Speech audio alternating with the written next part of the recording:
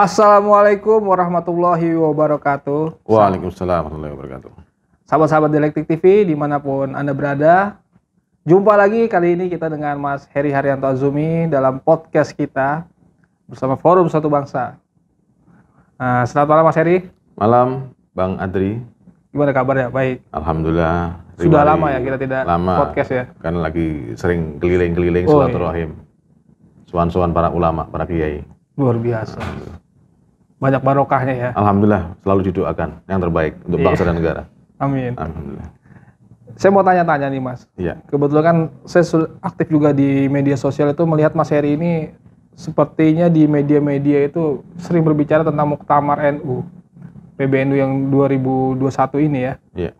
Nah, yang saya pertanyakan ini apa nih harapannya Mas Heri untuk Muktamar PBNU ke depannya ini? Muktamar NU yang besok ini ya? Besok ini. Di Lampung ini ya? Iya. Oke. Terima kasih Bang Andri diberi kesempatan untuk bisa berdiskusi lagi ya. Iya. Karena Bang Andri lama sekali tidak ketemu. Alhamdulillah kita beberapa waktu terakhir ini seringkali diundang dan sekaligus bersilaturahim dengan para kiai dan ulama di berbagai daerah. Tujuannya satu, ingin memahami, ingin menyerap apa yang sebenarnya dikehendaki atau diinginkan para ulama kita terkait dengan organisasi kita yang luar biasa ini. Wabil khusus menjelang dan setelah muktamar. Karena bicaranya kan NU abad kedua. Bicaranya sudah bagaimana 100 tahun NU yang kedua. Yang disebut dengan An-Nahdhah Ats-Tsaniyah itu. Kebangkitan kedua bagi Nahdlatul Ulama, bagi Islam Indonesia, Nusantara ini. Jadi seperti tadi saya sampaikan bahwa besok ini adalah muktamar terakhir sebelum NU genap berusia 1 abad atau 100 tahun. Dengan demikian banyak orang memberikan harapan, termasuk saya Pak. Jadi harapan yang saya sampaikan ini bukan hanya harapan saya, tapi juga harapan banyak kaum santri, harapan banyak ulama, para pimpin kita, guru kita, yang menginginkan agar muktamar besok itu menjadi muktamar persatuan. Muktamar yang menyatukan. Nah, menyatukan apa? Yaitu menyatukan pikiran, menyatukan gerakan, menyatukan pengalaman yang demikian luar biasa. Pengalaman yang melibatkan sekian juta manusia. Kalau kita mengatakan warga NU sekarang berjumlah 100 juta, maka ini melibatkan harapan 100 juta umat Islam Indonesia yang memilih berafiliasi dengan paham Ahlus Sunnah wal Jamaah di Indonesia ini. Nah, karena ini adalah harapan persatuan, harapan bagaimana kita melakukan refleksi diri tentang apa yang telah kita lakukan 100 tahun terakhir, maka seyogyanya ini adalah forum di mana kemudian percikan-percikan kelebihan, percikan-percikan keutamaan yang ada dalam pengalaman kiai dimanapun adanya di Indonesia ini, bahkan di luar negeri, karena NU sudah menjadi organisasi internasional sebenarnya dengan adanya cabang-cabang istimewa di luar negeri. Jadi percikan-percikan pengalaman itu harus menjadi satu body of knowledge, body of experience yang menjadi semacam bank pengalaman dakwah, bank pengalaman gerakan para kiai kita, tidak hanya yang ada di PBNU, tapi seluruh Indonesia dan seluruh dunia. Kita mengenal ada NU diaspora. Diaspora NU yang ada di kawasan Asia, yang ada di dunia, di berbagai bidang masing-masing. Itu Bang Adri. Jadi muktamar semoga menjadi muktamar yang menyatukan, bukan muktamar yang memecah kesatuan dan pengalaman kita semua. Itu. Ya. Kira-kira siapa Mas figur di sini saat ini, figur dari PBNU saat ini ya, yang menurut Mas Heri ini kedepannya bisa membawa NU tadi itu? Ya. 100 tahun. Begini. Kita mungkin dalam konteks kecenderungan boleh cenderung pada figur-figur. Tapi di balik itu yang harus membuat kita sadar adalah bahwa begitu banyak kelebihan, begitu banyak uniqueness yang ada dalam figur-figur kita tadi. Jadi kita jangan mengunggulkan satu figur, merendahkan yang lain. Justru kita harus mengangkat kelebihan figur-figur itu. Karena sejatinya yang akan membangun NU ya beliau-beliau, ya kita-kita semua. Artinya apa? Kita jangan sampai kemudian dalam konteks muktamar ini merendahkan satu di atas yang lainnya, atau mengunggulkan satu atas yang lainnya tanpa keseimbangan kita. Karena Gus Dur dulu mengkader hampir semua penerus NU yang sekarang eksis ini dengan kelebihan masing-masing, dengan model masing-masing.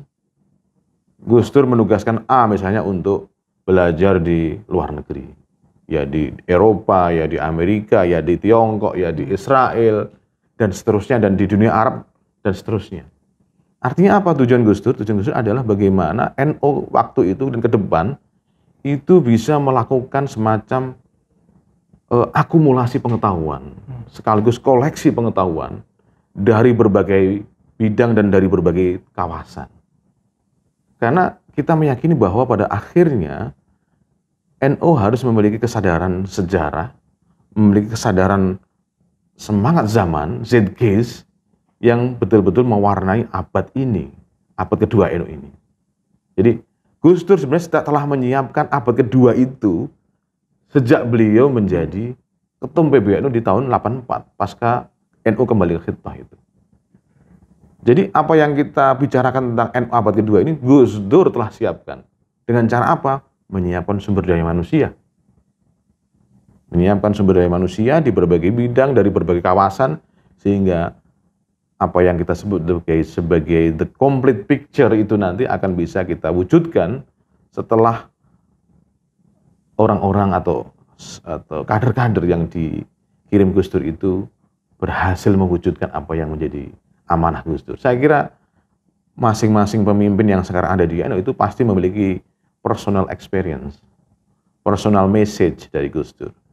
Dan itu yang harus kita gali sebenarnya. Bukan kita pecah, tapi kita gali semuanya, sehingga menjadi gambar utuh dari NU masa depan, NU abad kedua ini.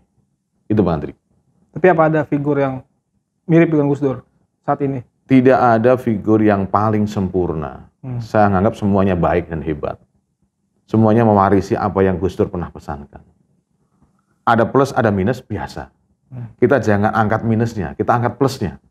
Karena sejatinya kita ini semua saudara. Kita ini semua terikat dalam satu komitmen yang sama. Kami, saya terutama ya, walaupun bukan dari kalangan yang betul-betul ya darah biru, saya ini agak darah merah, Dri.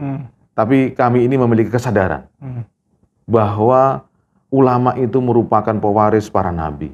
Ulama itu adalah mereka yang mewarisi kesalehan, mewarisi ilmu, mewarisi akhlak para nabi. Jadi kami yang santri-santri ini memiliki semacam panggilan untuk taat kepada para kiai.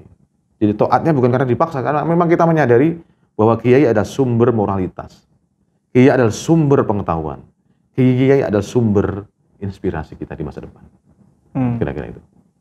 Pertanyaan terakhir, Mas. Ya. Apa harapan Mas Heri untuk anak-anak muda NU nih ke depannya nih? Ya.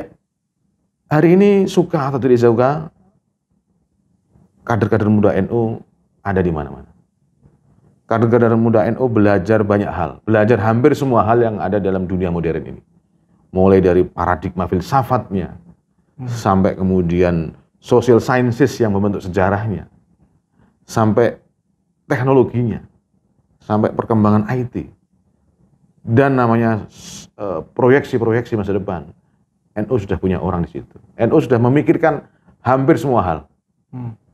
Jadi saya tidak akan ragu bahwa NU masa depan, NU abad kedua ini, NU 100 tahun kedua ini akan menjadi kekuatan utama yang mengangkat Indonesia menjadi bangsa negara yang diakui dunia. Melanjutkan visi dan misi para muassis, para pendiri bangsa, founding fathers kita, Mbah Hasim, Bung Karno, Muhammad Hatta, dan semua tokoh-tokoh bangsa yang lain. Kita mewarisi semua paradigma berpikir mereka. Karena itu tidak ada sedikit pun satu alasan untuk kita khawatir tentang besok. Kita memiliki suatu legacy culture yang luar biasa kuatnya. Hari ini kita hanya tinggal menunggu orang akan NU pada waktunya. Kenapa? Karena kita sudah berhasil memberikan satu penegasan budaya yang diterima secara umum di Indonesia.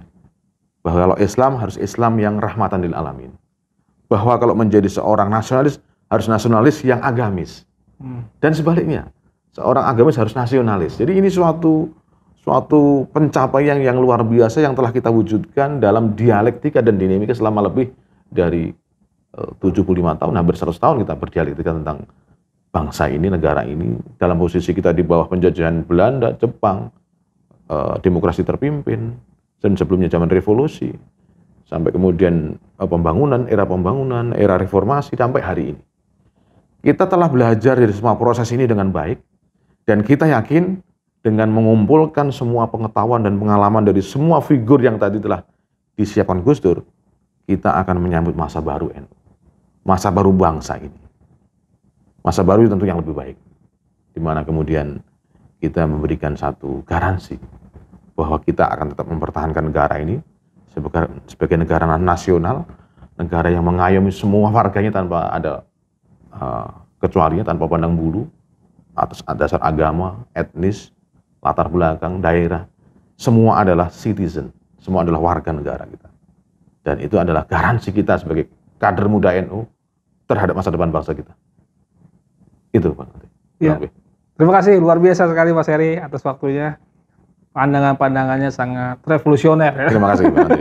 Ini ya saya hanya bertukar pengalaman. Bukan kok mengarahkan, bukan. Karena sejatinya apa yang saya sampaikan ini juga saya diskusikan dengan banyak sahabat-sahabat saya.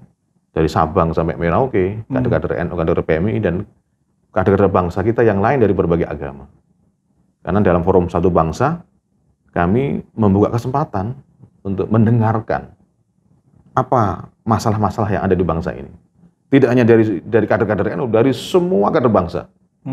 Sehingga kita mendengar lebih banyak dari yang mungkin seharusnya kita dengar, gitu lah kira-kira. Jadi kita belajar banyak dari situ. Artinya Forum Satu Bangsa ini bukan hanya sekedar untuk NU, tapi untuk Indonesia. Untuk ya? Indonesia. Gitu. Ya, terima kasih Mas Heri atas waktunya. Terima kasih Pak Andri. Sekian dari kami.